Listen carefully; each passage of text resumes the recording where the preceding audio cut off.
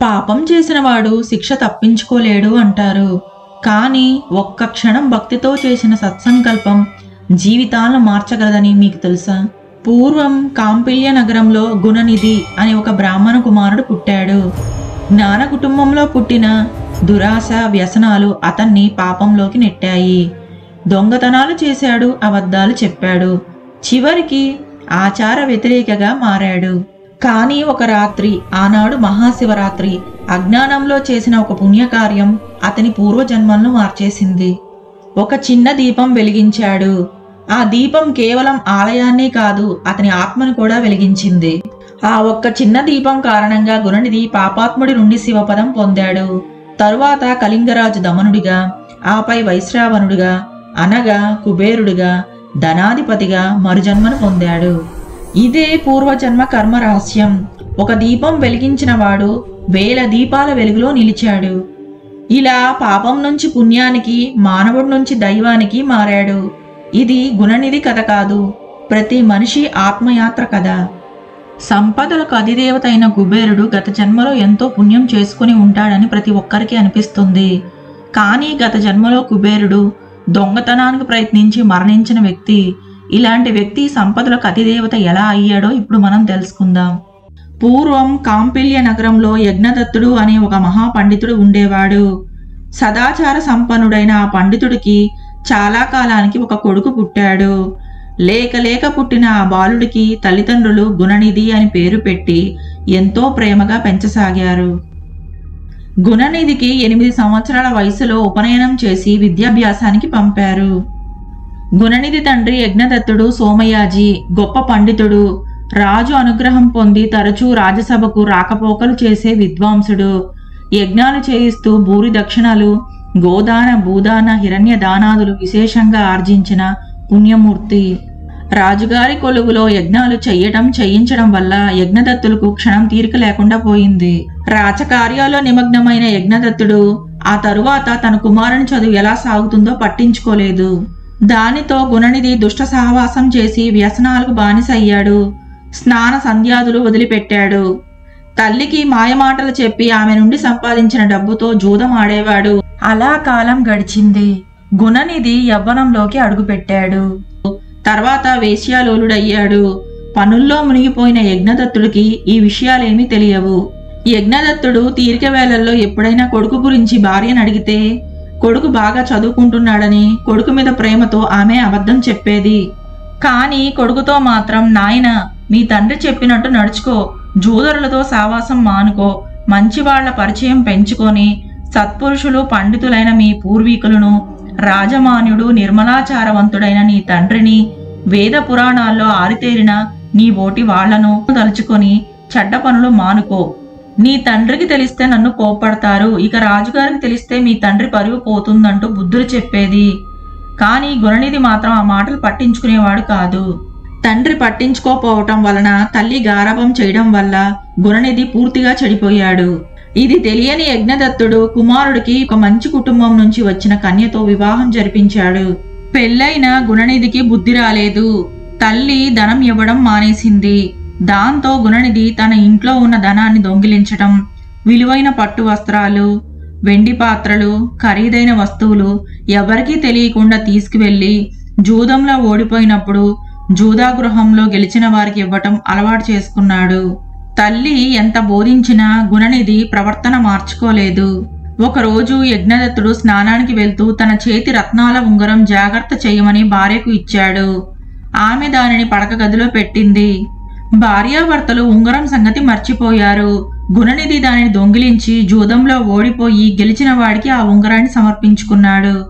కొద్ది రోజుల తర్వాత యజ్ఞదత్తుడు వీధిలో వస్తుండగా ఒక వ్యక్తి చేతికి తన ఉంగరం ఉండడం చూశాడు. వాడిని, ఈ ఉంగరం నీకెక్కడిది అని గద్దించి అడిగాడు. ఆ వ్యక్తి గుణనిధి వ్యవహారమంతా చెప్పి తను ఆ ఉంగరాన్ని జూదంలో గెలుచుకున్నట్టుగా చెప్పాడు. మీ అబ్బాయిని అదుపులో పెట్టుకోండి, లేకపోతే మీ ఇంట్లో బిందెలు గిన్నెలు కూడా మిగలవు అని హేళన చేశాడు. మొదటిసారిగా తన కుమారుని చెడు ప్రవర్తన గురించి విన్న యజ్ఞదత్తుడు అవమానంతో ఇంటికి వచ్చి భార్యను ఉంగరం గురించి అడిగాడు. ఆమె కంగారు పడి ఎక్కడో పెట్టాను, తరువాత వెతికి ఇస్తాను అని సమాధానం ఇచ్చింది.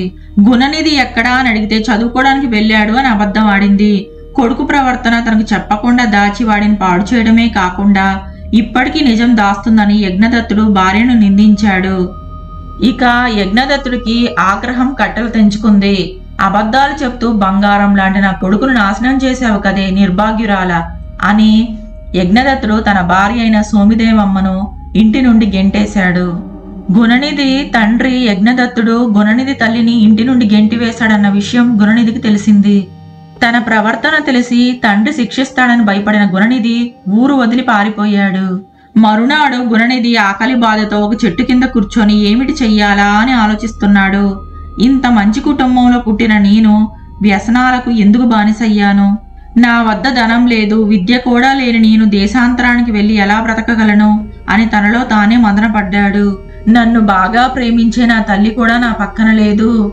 నేను ఏ వేళకు ఇంటికి పోయినా నా తల్లి బంగారు గిన్నెలో అన్ని రకాల వంటలు వడ్డించి గట్టి పెరుగు వేసి మరీ నాకు తినిపించేది.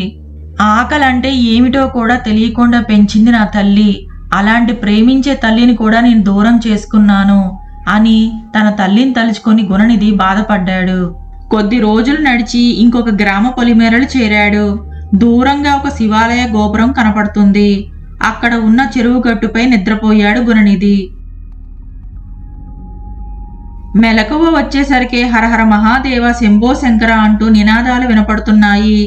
ఆ సమయంలో కొందరు శివభక్తులు రకరకాల మధుర భక్షాలను శివునికి నైవేద్యం కొరకు తీసుకొని శివాలయానికి వెళ్తున్నారు. వీరిని చూసిన గుణనిధికి ప్రాణం లేచి వచ్చింది. వీరితో వెళ్తే పూజ తర్వాత ప్రసాదం పెడతారని తలిచాడు. గుణనిధి అదృష్టం కొద్దీ ఆ రోజు శివరాత్రి. ఇక ఆ భక్తుల వెంట శివాలయం చేరాడు గుణనిధి. శివాలయ గర్భగుడి ద్వారం దగ్గర భక్తునిగా శివనామ స్మరణ చేస్తూ కూర్చున్నాడు. శివాలయంలో అభిషేకాలు దీపారాధనలు జరుగుతున్నాయి.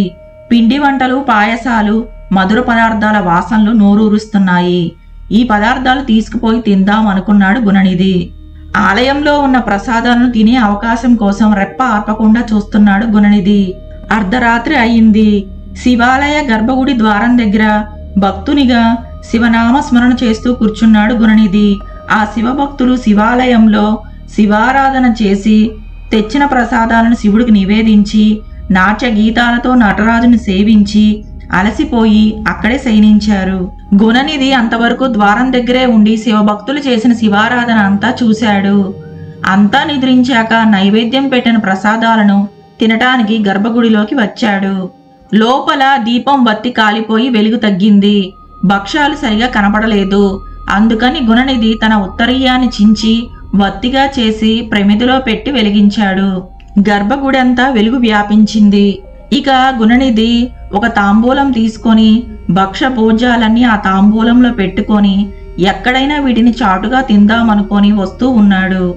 ఆలయంలో భక్తులందరూ ఆడి పాడి అలిసిపోయి అక్కడే అనుకోకుండా కునుకు తీశారు. ఎక్కడి వారు అక్కడ పడిపోయారు. పాపం గుణనిధి తొందరలో ఆ చీకట్లో ఒకరి కాలు తొక్కాడు. అలవాటు లేని పని కాబట్టి ఆ పాత్రని చేతిలో పట్టుకొని పరిగెత్తాడు గుణనిధి. భక్తులు దొంగలు పడ్డారు, స్వామి నగలు దొంగిలించుకొని పోతున్నారు అనుకొని దొంగ దొంగ అని అరిచారు. వెంటనే రక్షక భటులు బాణాలు వేశారు. గుణనిధి ఆ బాణాలు దెబ్బలు ఓర్వలేక కుప్పకూలిపోయి అక్కడికక్కడే ప్రాణాలు వదిలాడు. ఇక ఆ గుణనిధి ప్రాణాలు అక్కడే ఆ పరమాత్మలో కలిసిపోయాయి. యమదూతలు వచ్చి గుణనిధి ఆత్మను యమపాశంతో బంధించి యమలోకానికి తీసుకుని వెళ్ళసాగారు. ఇంతలో చేతిలో త్రిశూలంతో శివగణాలు వచ్చి యమదూతలను ఆపి గుణనిధి ఆత్మను తమకి అప్పగించమని ఆజ్ఞాపించారు. యమదూతలు ఆశ్చర్యంతో శివదూతలారా, ఈ గుణనిధి పాపాత్ముడు, ఆచార వ్యవహారాలను పట్టించుకోలేదు, తల్లిదండ్రులకు కష్టం కలిగించాడు, జూదరి, దొంగ అయిన ఇటువంటి వానితో మీకేమి పని అన్నారు. శివదూతలు నవ్వుతూ యమకింకరులారా, మీరు చెప్పిందంత నిజమే. కానీ ఈరోజు శివరాత్రి, శివునికి ఎంతో ఇష్టమైన పరమ పవిత్రమైన రోజు. ఇంతటి పవిత్రమైన దినమున రోజంతా ఈ గుణనిధి ఉపవాసంతో శివాలయంలో గడిపాడు. శివనామస్మరణ చేశాడు. శివభక్తులు పాడిన శివకీర్తనలు విన్నాడు. గర్భగుడిలో దీపం వెలిగించాడు. శివలింగాన్ని దర్శించాడు. రాత్రికి అందరు భక్తులు పడుకున్న గుణనిధి మాత్రం శివుణ్ణే చూస్తూ జాగరణ చేశాడు. అంటే ఉపవాసం, జాగరణ, దీపారాధన, శివ సందర్శన అన్నీ జరిగాయి. ఆ విధంగా గుణనిధి శివ సన్నిధిలో కన్ను మూశాడు. దీని వలన ఇతడు చేసిన పాపాలని పటాపంచలయ్యాయి. ఇతడికి కైలాస ప్రాప్తి లభించింది అని చెప్పి గుణనిధి ఆత్మను తమతో కైలాసానికి తీసుకుపోయారు శివదూతలు. యమదూతలు యమపురి వెళ్లి యమధర్మరాజుకు జరిగిందంతా వివరించారు. అప్పుడు యముడు యమకింకరులతో ఇలా చెప్పాడు: భటులారా, మీకు ధర్మ సూక్ష్మం వివరిస్తాను, జాగ్రత్తగా వినండి. మీరు శివభక్తుల జోలికి పోకండి. చితాభస్మాన్ని నుదుట 3 నామాలుగా ధరించిన వారిని, నిలువెల్లా విభూది పూసుకున్న వారిని, రుద్రాక్ష దారుల్ని, జటాదారుల్ని, చివరకు పొట్టకూటి కోసం శివుని వేషం వేసిన వారిని యమలోకానికి తీసుకురాకండి అని హెచ్చరించాడు యమధర్మరాజు. యమదూతల నుండి పొందిన గుణనిధి సూక్ష్మ శరీరాన్ని శివదూతలు కైలాసం చేర్చారు. కొంతకాలం గడిచాక గుణనిధి అరిందముడు అనే కళింగరాజుకు దమనుడు అనే కుమారుడుగా జన్మించాడు. పూర్వజన్మ సుకృతం చేత చిన్నతనం నుండి శివభక్తి అలవడింది దమనుడికి. దమనుడు అరిందముని తరువాత ఆ దేశానికి రాజయ్యాడు. పూర్వజన్మలో శివరాత్రి నాడు శివుని ముందు దీపం వెలిగించడం వల్ల అతనికి పూర్వజన్మ సంగతులు గుర్తున్నాయి. ఆ సంస్కారం వల్ల దమనుడు మహాశివభక్తుడై నిత్యం శివ పూజలు చేసేవాడు. ప్రతి మాస శివరాత్రి నాడు, మహాశివరాత్రి నాడు శివాలయాలన్నిటిలోనూ దీపాలు వెలిగించే ఏర్పాట్లు చేయటం, దీపదానాలు చేయటం, శివ పూజలు జరిపించటం లాంటి ఎన్నో కార్యక్రమాలు చేసేవాడు.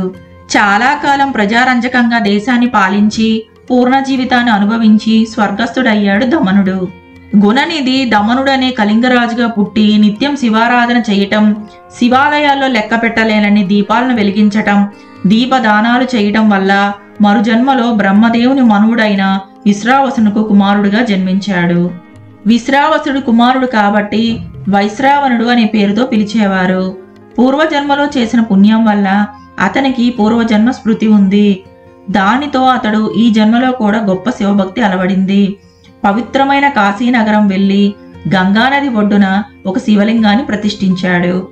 అక్కడ శివదీక్షతో కఠినమైన తపస్సు చేశాడు. ఆ కారణంగా అతడు చిక్కి శల్యమై అస్థిపంజరంలా తయారయ్యాడు. అతని తపస్సుకు సంతోషించిన శివుడు సతీ సమేతంగా అతని ముందు ప్రత్యక్షమయ్యాడు. శంకరుని స్పర్శతో వైశ్రావణునికి పూర్వరూపం వచ్చింది. వైశ్రావణుడు కళ్ళు తెరిచి చూశాడు. ఎదురుగా శివునికి దగ్గరగా సతీదేవి కనపడ్డారు. నేనెంత తపస్సు చేస్తే మాత్రం ఏమి లాభం? నా స్వామికి ఎల్లప్పుడూ దగ్గరగా ఉండే ఈమె ఇంకెంత గొప్ప తపస్సు చేసిందో అని తలుస్తూ అమ్మవారి వైపు రెప్ప వేయకుండా చూడసాగాడు. ఇలా పార్వతీదేవిని చూసి అసూయ పడటం వల్ల అతని కన్ను ఒకటి పగిలిపోయింది. వైశ్రావణుని తీరు నచ్చని సతీదేవి స్వామికి ఏదో చెప్పబోయింది. శంకరుడు నవ్వి, దాక్షాయినితో, ఈ వైశ్రావణుడు నా భక్తుడు, మన పుత్రుడు లాంటివాడు. కేవలం నీ తపస్సు యొక్క గొప్పతనం తలుచుకొని అసూయ పడుతున్నాడు, అంతే తప్ప వేరే కారణంతో కాదు అని అమ్మకు నచ్చజెప్పాడు శివుడు. తరువాత వైశ్రావణుడితో శివుడు, కుమారా, నీ తపస్సుకు ఆనందించాను. నిన్ను నవనిధులకు అధిపతిగా నియమిస్తున్నాను. యక్ష కిన్నెర కింపురుషులకు నాయకుడు అవుతావు. అలకాపురి నీ రాజధాని అవుతుంది. నీతో నేనెప్పుడు స్నేహభావంతో ఉంటాను. నేను కూడా నీ రాజధానికి దగ్గరలో నివసిస్తాను. ఈ సతీదేవి నీకు తల్లి వంటిది. ఈమె ఆశీస్సులు కూడా తీసుకో అని చెప్పాడు శివుడు. వైశ్రావణుడు పార్వతీదేవికి సాష్టాంగ నమస్కారం చేశాడు. పార్వతీదేవి, నాయన, నీ శివభక్తి నిర్మలమైందిగా, దినదినాభివృద్ధి పొందుగాక. అసూయతో నన్ను చూసిన నీ మిగిలిన కన్ను ఎరుపు రంగుతో అందరినీ ఆకర్షిస్తుంది.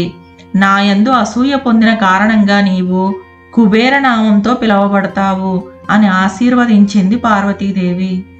తన భక్తుడికిచ్చిన వరం ప్రకారం అలకాపురి సమీపంలో కైలాస శిఖరంపై తమ నివాసం ఏర్పరచుకొని శివపార్వతులు రుద్రగణాలతో సహా తరలి వచ్చారు.